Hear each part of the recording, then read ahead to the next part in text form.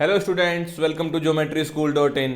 बच्चों, यूपी सैनिक स्कूल के लिए बच्चे मुझे पता है बहुत अच्छे तरीके से प्रिपरेशन कर रहे हैं, लगे हुए हैं, मेहनत में जुटे हुए हैं। तो उसी के लिए भाई मेहनत में कोई कमी ना रह जाए और जो मेहनत कर रहे हैं उसका एक रिजल्ट आए, तो उसी के लिए हम लास्ट मिनट प्रिपरेशन टिप्स लेकर आए हैं। क्या क्या आपको लेकर जाना है एग्ज़ाम में, ठीक है, क्या क्या ध्यान रखना है, किस तरीके से अटेम्प्ट करना है, वो पूरी स्ट्रेटेजी आज हम लेकर आए हैं अपनी इस वीडियो में। तो वीडियो को पूरा देखना और चैनल को अभी लाइक कर लें, सब्सक्राइब कर लें, जिससे कि आपको जो भी हमारी अपडेट्स हैं वो मिलती रहें। हम सबसे पहले सॉल्यूशंस लेकर आते हैं, वो भी आपको मिलेंगे। तो लेकिन अब हम टू द पॉइंट बात करते हैं कि आज हम लेकर क्या आए हैं आपके लिए। यूपी सैनिक स्कूल एग्ज़ाम 2023 जो 15 जनवरी को होने वाला है, उसके लिए last minute tips, how to attempt question paper and manage time in exam hall. तो हम एग्ज़ाम हॉल में जो बात होंगी, एग्ज़ाम हॉल में आपको कैसे करना है उसके बारे में भी बात करेंगे, और जो उससे पहले जो लास्ट मिनट प्रिपरेशन टिप्स हैं, किस तरीके से आपको ध्यान रखना है उसके बारे में भी बात करेंगे। तो हम इसको वीडियो को कंटिन्यू करते हैं। वीडियो कंटिन्यू करने के लिए मैंने आपको बोला है, चैनल सबने लाइक कर लिया होगा, फटाफट कर लीजिए और फिर इसको देखिए। बहुत अच्छा कंटेंट हम इसमें लेकर आए हैं। लीजिए सर। भाई बच्चों देखो, यूपी सैनिक स्कूल का एग्ज़ाम आपको पता है, यूपी के डोमिसाइल वाले बच्चे वो उसको करते हैं। पूरे उत्तर प्रदेश में एग्ज़ाम कंडक्ट हो रहा है। तो आपको मैं बता दूं, टाइम के मामले में ये सबसे ज़्यादा कॉम्पिटिटिव एग्ज़ाम है। सबसे ज़्यादा सर इसमें टाइम की कमी बच्चों को पड़ती है। सैनिक स्कूल की अगर बात करें, वहाँ पे 50 क्वेश्चन मैथ के हैं, लेकिन यहाँ पे 75 क्वेश्चंस हैं मैथ के। तो सबसे ज़्यादा टाइम इसमें लगता है। तो टाइम का एक मैनेजमेंट, क्वेश्चंस की एक सीक्वेंस, किस मोड में क्वेश्चंस को करना है। पता चला आपके पास क्वेश्चन सारे सर बच्चों को आते रहते हैं, लेकिन बच्चा आखिर में कहता है मेरा टाइम ही नहीं रहा, मैं कर तो सारे लेता लेकिन मैं टाइम ही नहीं रहा, और फिर बाहर आके भी यही शिकायत मिलती है। तो ऐसे इस समस्या को सोल्व करने के लिए हम आपको देंगे 10 टिप। टोटल इसमें आप इस वीडियो में 10 टिप देखेंगे और वे सारी की सारी वैल्यूएबल, सारी इंपॉर्टेंट, एक भी टिप को आप स्किप नहीं कर सकते। तो सारी टिप पे थोड़ा वर्क करके जाना बच्चों और उनको फॉलो करना। चलिए टिप नंबर 1 की तरफ चलते हैं। ये भाई आज की वीडियो की सबसे बड़ी टिप है। ये सबसे बड़ी, देखो ध्यान से देख लो जरा इसको, माइंड कैच कुकीज ट्रिक। ये सबसे बड़ी है। देखो सबसे बड़ी ट्रिक रहेगी आज के जो वीडियो को, ध्यान से देख लो। माइंड कैच कुकीज ट्रिक सबसे ज्यादा इंपॉर्टेंट है ये। और ये एग्जाम में बहुत बच्चे इससे कंफ्यूज हो जाते हैं। बच्चों को यही नहीं पता कि पहले तो देखो, ये अपने आप में बहुत ही बड़ी लेवल की ट्रिक है, ये कोई छोटी मोटी ट्रिक नहीं है। एक और हमारे चैनल पे आप देखोगे, तुक्का मारने कैसे गैस को करना है, वो भी बड़ी ट्रिक लेवल में आती है। कुछ ट्रिक हम लोग ये स्पेशल हमारे चैनल पे मिलेगी, यहीं पे मिलेंगे आपको, ऐसे नहीं कि कहीं भी मिल जाएंगी, कुछ भी कोई भी किसी किताब में कहीं नहीं। ये सिर्फ एक्सपीरियंस जो हमारी फैकल्टी, हम लोग जो एक प्रकार से रिसर्च के लिए काम करते हैं लगातार, सैनिक स्कूल, यूपी सैनिक स्कूल या RIMC, या इन पे जो वर्क करते हैं कि इनमें कैसे बच्चे स्कोरिंग मैक्सिमम करें, उसको ध्यान में रखें। तो इसको तो हम बाद में डिस्कस करेंगे पूरा, क्योंकि इसमें टाइम लगने वाला है। पहले हम लोग आपको थोड़ा ईजी ट्रिक की तरफ बढ़ेंगे।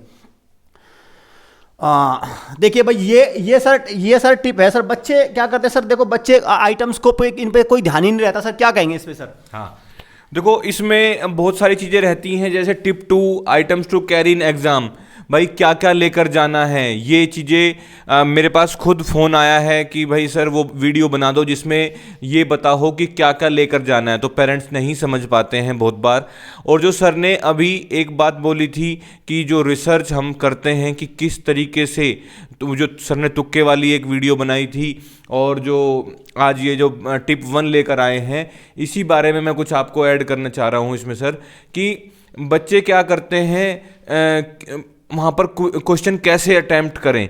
तो वो चीज़ें प्रॉपर जो फीडबैक लेकर आता है हमारे पास, वो बच्चा ही लेकर आता है। जो हमारे पास जो बच्चे हॉस्टल में पढ़ रहे हैं, जब वो अटैम्प्ट करके आए, उन्होंने, आपने देखा होगा सर, जब हम रास्ते में बच्चों से बात करते तो वो बच्चे, सर वो क्वेश्चन ऐसा था और मैंने उसको मैंने देखा कि यहाँ ऑप्शन नहीं था, यहाँ मैंने ऐसे कर दिया, वो ऐसे कर दिया, मतलब वो एक बहुत सारे तरीके बताते हैं। तो हम वहाँ से भी चीज़ों को पकड़ते हैं कि बच्चे का माइंड किस तरह काम करता है और बच्चा उसमें जो करेक्ट ऑप्शन की तरफ किस तरह बढ़ता है आगे। तो उन चीज़ों पर हम रिसर्च करके हम आपके साथ भी लेकर आते हैं, उन चीज़ों को आपके साथ भी शेयर करते हैं।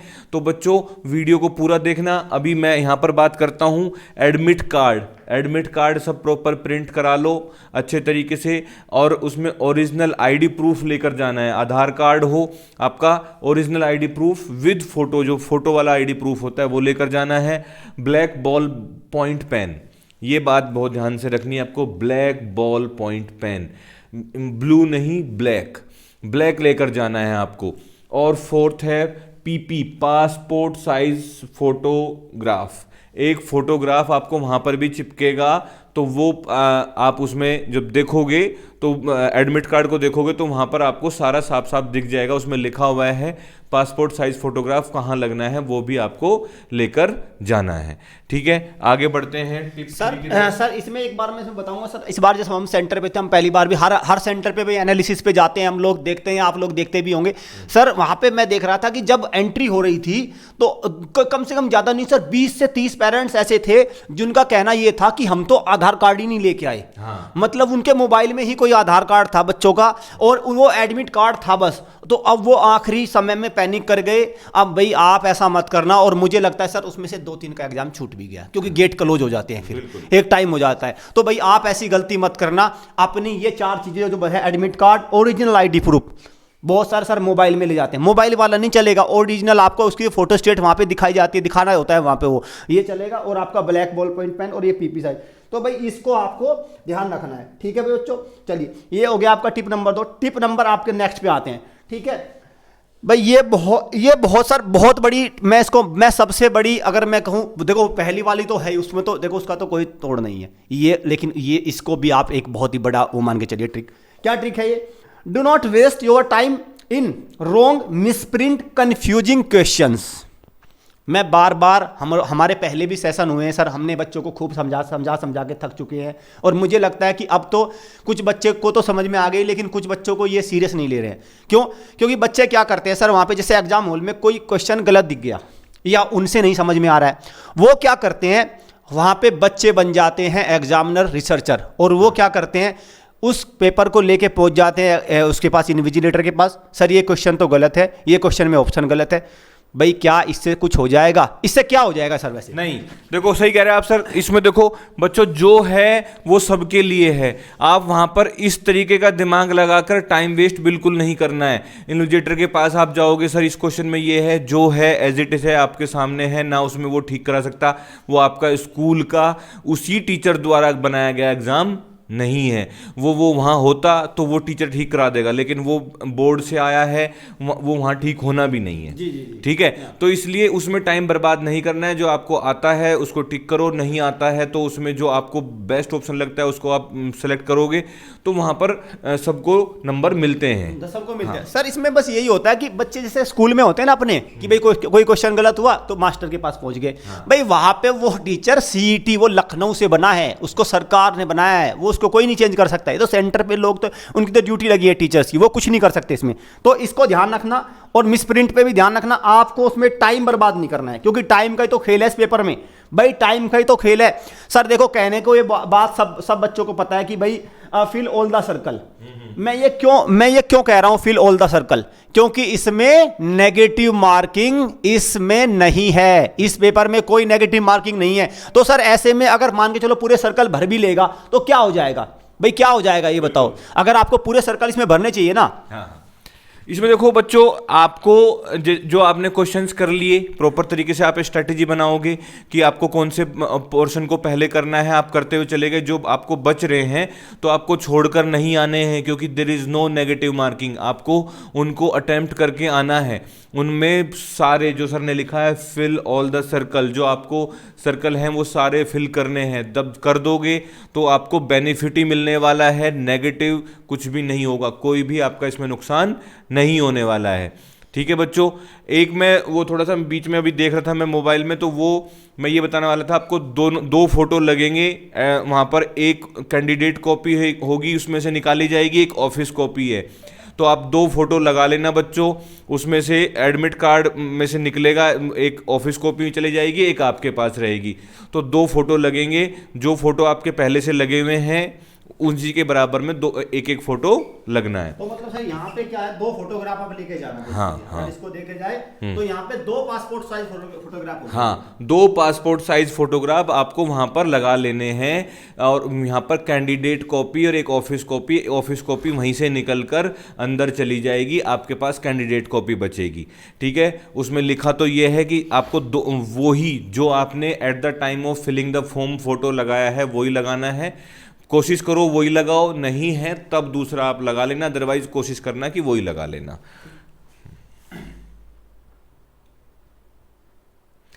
नेक्स्ट हम जो टॉपिक है इन लास्ट 30 मिनट्स, सर इसके बारे में बताएंगे आपको। हाँ भाई देखो बच्चों क्या होता है, देखो आपको ये टिप नंबर 6 है हमारी। तो लास्ट 30 मिनट्स में क्या होता है, बच्चे को जैसे 30 मिनट्स बचे तो क्वेश्चन बचे रहते हैं उसके करीब 50 से 60। वो सोचता है कि सारे क्वेश्चन कैसे कवर होंगे, पैनिक हो जाता है बच्चा। फिर क्या होता है, वो 30 मिनट्स में उसका क्वेश्चन करने जाता है, सर अटेम्प्ट करने जाता है, क्वेश्चन गलत, अटेम्प्ट करने जाता है फिर वो भी गलत, फिर उसको वो पूरी तरह से फंस जाता है, उसका पसीना आ जाता है माथे पे, और उसको लगता है कि यार ये भी नहीं मुझसे हो रहा है, ये भी नहीं मुझसे हो रहा। मतलब ऐसे ऐसे करने में 30 मिनट्स का बन जाता है कूड़ा, खत्म हो जाती है 30 मिनट्स। तो आपको इस प्रेशर से, लास्ट 30 मिनट्स में प्रेशर से कैसे बचना है। देखो बच्चों, आपको एग्जाम की स्ट्रेटेजी बता रहा हूं। जैसे ही आपकी घड़ी में 30 मिनट्स बचे, रिलैक्स हो जाइए। रिलैक्स होने के बाद ऐसा टारगेट बनाइए कि I have to do only 15 questions in 30 minutes. एक टारगेट को बहुत ही लोअर 10 क्वेश्चंस करने हैं, मुझे 5 क्वेश्चन करने हैं, मुझे 7 क्वेश्चन करने हैं, ऐसा टारगेट बनाइए लास्ट के 30 मिनट्स में। और आप क्या करते हैं, आप बनाते उल्टा, मैं 30 मिनट्स में 50 क्वेश्चन करने हैं। भाई पॉसिबल ही नहीं है, कोई नहीं कर सकता, ना करता कोई। ठीक है, तो आप क्या करें, छोटा टारगेट बनाइए, और छोटे टारगेट को जैसे ही आप करेंगे, 5 क्वेश्चन आपने कर लिए, अगर कुछ समय बच जाता है फिर 5 क्वेश्चन का टारगेट बनाइए, फिर 2 क्वेश्चन का टारगेट बनाइए। ऐसे करके आप एक हैंडसम स्कोर लास्ट के 30 मिनट्स में कर जाएंगे। इसमें क्या है सर, कम से कम जो जितने क्वेश्चन है आप अटेम्प्ट कर रहे हो उन्हें तो ठीक कर लोगे। हाँ। नहीं तो मान लिया आपने टारगेट, ये तब है जब बच्चों आपके क्वेश्चन ज़्यादा बच गए हैं। हो सकता है आप प्रॉपर तरीके से सही चल रहे हो, फिर कोई दिक्कत होने वाली है ही नहीं, लेकिन लगता है कि आपको काफ़ी क्वेश्चन बच गए हैं, कैसे करूं क्या करूं, और सबको लगे हुए हैं। तो उसमें क्या करो, थोड़ा सा उसको डिवाइड कर लो पार्ट्स में, और उनको लेकर चलो अच्छे की तरफ कि हाँ ये मुझे ठीक करने ही करने हैं। तब आपका एक अच्छी तरह आप अच्छे स्कोर की तरफ चलेंगे। ठीक है बच्चों, तो नेक्स्ट पॉइंट पर चलते हैं। Do not make perception with huge number of students. ये बहुत अच्छा पॉइंट है। अरे सेंटर पे तो इतने सारे बच्चे, मेरा क्या होगा, यूपी में इतने सारे सेंटर और मेरा क्या होगा, इस तरह के जो दिमाग में, हाँ इसमें category general, OBC, SC, ST, अरे भाई कोई ना कोई तो आएगा ही, और कोई ना कोई में आप ही क्यों ना हो। तो इसलिए सबसे बड़ी बात है, देखो कहाँ से बच्चा सोचता है, जब सेंटर पे जाता है पेरेंट्स भी, अरे यार बहुत सारे बच्चे आए हैं, है ना, ये होता है ना सर, बहुत सारे बच्चे आए हैं, अच्छा तो यूपी में तो और बहुत सारे सेंटर है ना, तो ये तो बहुत सारे फॉर्म भरे गए होंगे, सीट कितनी है भाई, 100 ही सीट है मेरे बच्चे का। सर पिछली बार कितनी वेटिंग आई थी बताओ सर। सर 3 वेटिंग आई थी पिछली बार, मतलब बच्चे सेलेक्ट, मतलब वहां तक उन्हें बच्चे ही नहीं मिले थे। हाँ। वो भीड़ है जो है, आप जिस भीड़ की बात कर रहे हो, जो ह्यूज नंबर ऑफ स्टूडेंट्स लिखा है, इससे आप जो परसेप्शन बनाते हैं ना, इस सर परसेप्शन का एक और भी इसमें मैं आपको बताऊं सर, आप भी देखते हैं। एक इस परसेप्शन का ये भी है कि एक बच्चे के साथ दादी, बाबा, मम्मी, पापा, 4-5 लोग भी था, एक भीड़ ये भी बन जाती है सर। आप देखें बच्चे, भाई छोटे बच्चे के साथ अपने बच्चे को सब आते हैं, देखो सब आना भी चाहिए, इसमें कोई बुराई भी नहीं है, सब अपने बच्चे को पेपर दिलाने आते हैं। कई बार भीड़ ऐसे भी बन जाती है। हालांकि मैं ये नहीं कह रहा हूँ कि कंपटीशन कम है, कंपटीशन इज वेरी गुड, बहुत अच्छा है कंपटीशन है, वेरी हाई कंपटीशन है, बट लेकिन ऐसा भी नहीं है कि आपके सिलेक्शन को ना हो पाए, आपका सिलेक्शन रुक जाए। वो सर ने बताया 3 वेटिंग लिस्ट आई थी, और शायद मुझे लगता है चौथी भी आई थी सर। हाँ सर मुझे, हाँ चौथी का मुझे याद नहीं, लेकिन 3 का तो खूब कंफर्म याद है। और उसमें हमारे यहाँ से जो पहले वाले में 13 बच्चों का सिलेक्शन हुआ था, और उसके बाद जो 5 जो वेटिंग हो रही थी, जो 5 बच्चे बचे थे वो सारे के सारे सेलेक्ट हो गए थे। काफ़ी देखो रीजन होता है, डिफरेंट डिफरेंट रीजन होते हैं बच्चों के। कोई किसी ने फिर एक बच्चा सर सैनिक स्कूल में चला गया था, जो प्राइवेट स्कूल जो नए ओपन हुए थे, वहाँ से फिर वो छोड़कर फिर इधर आ गया, यूपी सैनिक स्कूल में आ गया। तो काफ़ी बच्चा खुश है। तो कहने का मतलब ये है कि उन चीज़ों के साथ कनेक्शन रहता है। तो बच्चों ये आपको नहीं सोचना है, बस आपको करना है कि आई कैन डू इट, मैं कर सकता हूँ, मैं पक्का सेलेक्ट होऊंगा तो आप होगे। ठीक है, मेहनत आपको अपनी रिजल्ट ज़रूर देगी। अगला पॉइंट है go in the exam with proper sleep, proper breakfast, be cool, be happy. काफ़ी अच्छा पॉइंट है ये बच्चों, क्योंकि जब आप प्रॉपर तरीके से रिलैक्स मोड में हबड़ तबड़ मतलब भाग दौड़ क्या बहुत प्रॉपर तरीके से चीज़ों को निपटाते हुए, भाई सबसे पहले तो आप ये एडमिट कार्ड वाला मैटर जो है, एक जो ट्रांसपेरेंट आपका जो वो आता है फोल्डर, फाइल जो आती है, फाइल फोल्डर आती है, उसमें अपना 2 ब्लैक बॉल पॉइंट पेन, एक आधार कार्ड और एक जो है ये आपका पासपोर्ट साइज फोटोग्राफ और एडमिट कार्ड, ये अपना रख के अलग रख दो। ये तो काम हो गया आपका ख़त्म। ठीक है, उसके बाद आप अपना प्रिपरेशन को प्रॉपर तरीके से करते रहो और प्रॉपर नींद लेकर जाओ, जिसमें बोला गया है प्रॉपर स्लीप बहुत ज़रूरी है। थक गए आप या नींद आई हुई है, बहुत दिक्कत है, प्रॉपर ब्रेकफास्ट खाकर ज़रूर जाना, कुछ ना कुछ, खाली पेट कुछ नहीं होता। तो ये सब चीज़ें हैं, इसमें सर कुछ आपको बताएंगे। सर एग्जाम जैसे सेंटर पे भी हम लोग जाते हैं, तो देखो भाई होता क्या है, ये जो प्रॉपर स्लीप, प्रॉपर कहने को तो बहुत आसान सी चीज़ें हैं, सुन ली और सर ये तो सभी, लेकिन भाई होता क्या है, बच्चा रात भर पढ़ता रहता है, एग्जाम है उसका, कल एग्जाम है। देखो जिस बच्चे की तैयारी नहीं है उसको तो कोई फ़र्क नहीं पड़ता इन चीज़ों से, वो तो अपना रोज़ खाएगा बढ़िया से, अपना मस्त रहेगा वो बच्चा तो। लेकिन एक बच्चा है जो पूरी साल से मेहनत कर रहा है, भाई उसके लिए बहुत इंपॉर्टेंट है। वो सर पूरी रात पढ़ता है, उसका लगता है ये क्वेश्चन भी पढ़ लूँ, ये क्वेश्चन भी पढ़ लूँ, और रात के 12, 1, 2 बजे तक पढ़ता है, और फिर वो जैसे ही सोने जाता है तब भी सर उसको नींद नहीं आती, क्योंकि एग्ज़ाम के लिए उसको निकालना है सिलेक्शन। अब होता इसका ये है, इसका प्रेशर थोड़ा ये होता है कि वो एग्ज़ाम टाइम में उसकी जो माइंड की जो एक्टिवनेस है वो 10 से 15% कम हो जाती है।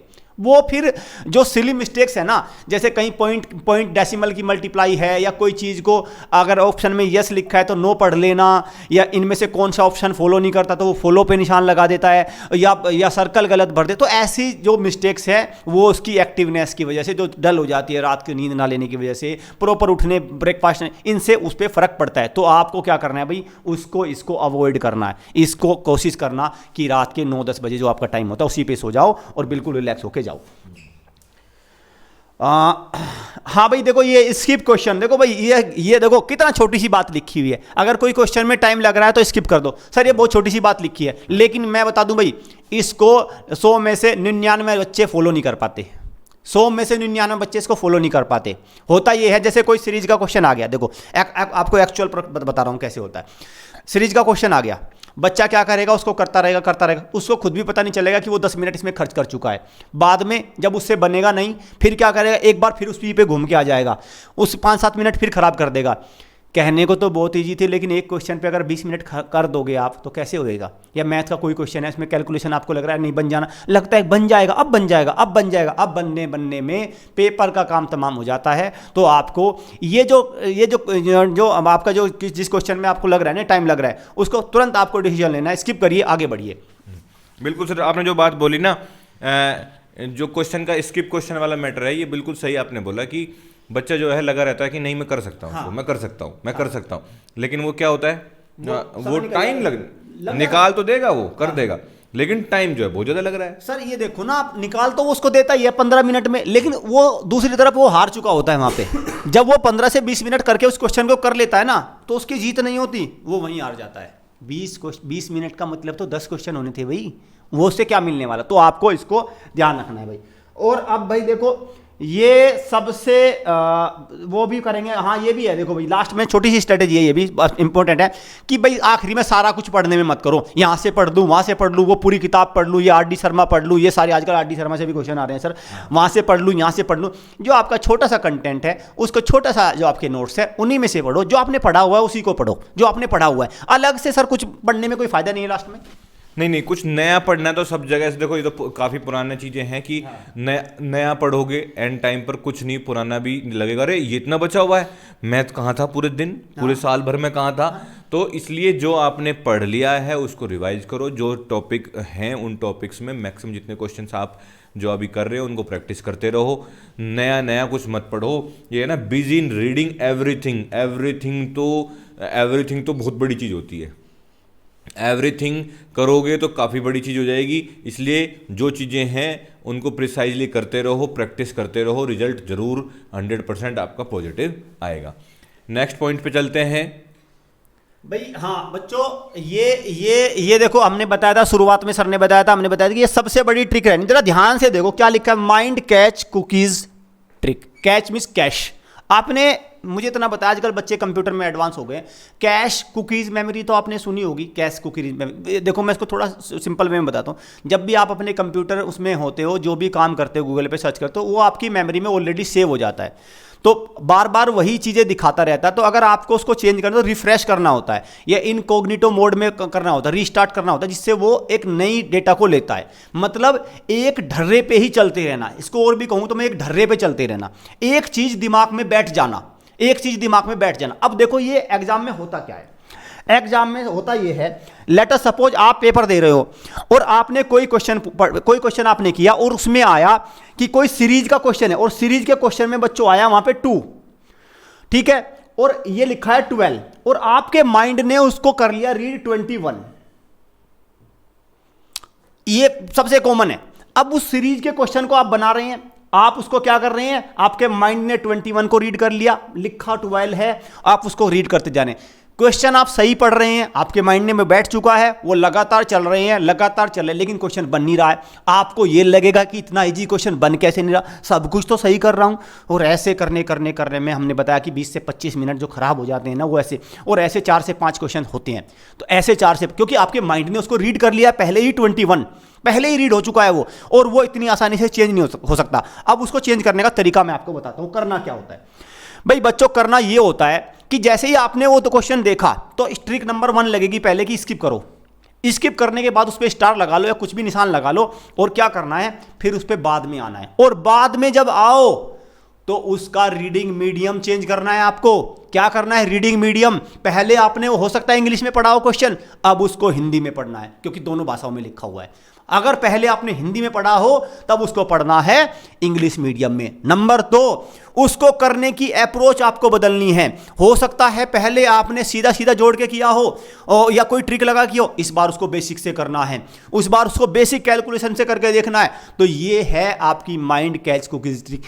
ये 4 से 5 क्वेश्चन और प्लस 20 से 30 मिनट आपकी एग्जाम में बचाएगी। आपने अगर उसका रीडिंग मीडियम चेंज कर दिया, पहले इंग्लिश है तो हिंदी करिए, हिंदी है तो इंग्लिश करिए। सर आप भी देखते हैं बच्चों को, सर इस तरह कर लेता है माइंड रीड। माइंड क्या कर ले, माइंड के दिमाग में बैठ चुका। अगर माइंड के दिमाग में बैठ, देखो जैसे डायरेक्शन का क्वेश्चन है, ठीक है, आपने ऐसे ए एक पोजीशन से स्टार्ट हुआ, बी की तरफ गया और वो लेफ्ट मुड़ा, आपका माइंड उसको राइट कर लेगा।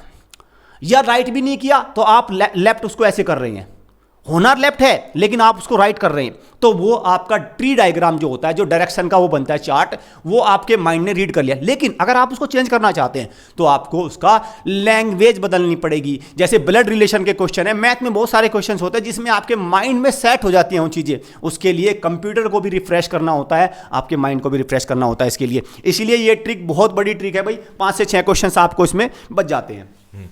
बिल्कुल से सही, आपने सही बोला कि बहुत बार क्या होता है, जो माइंड में एक बार जिसको जिस तरह से पढ़ना शुरू कर दिया उसको उसी टाइम पढ़ता रहता है। कोई दूसरा बच्चा बताता है अरे भाई ये तो ये लिखा है, लेकिन वहाँ दूसरा बताने वाला है नहीं।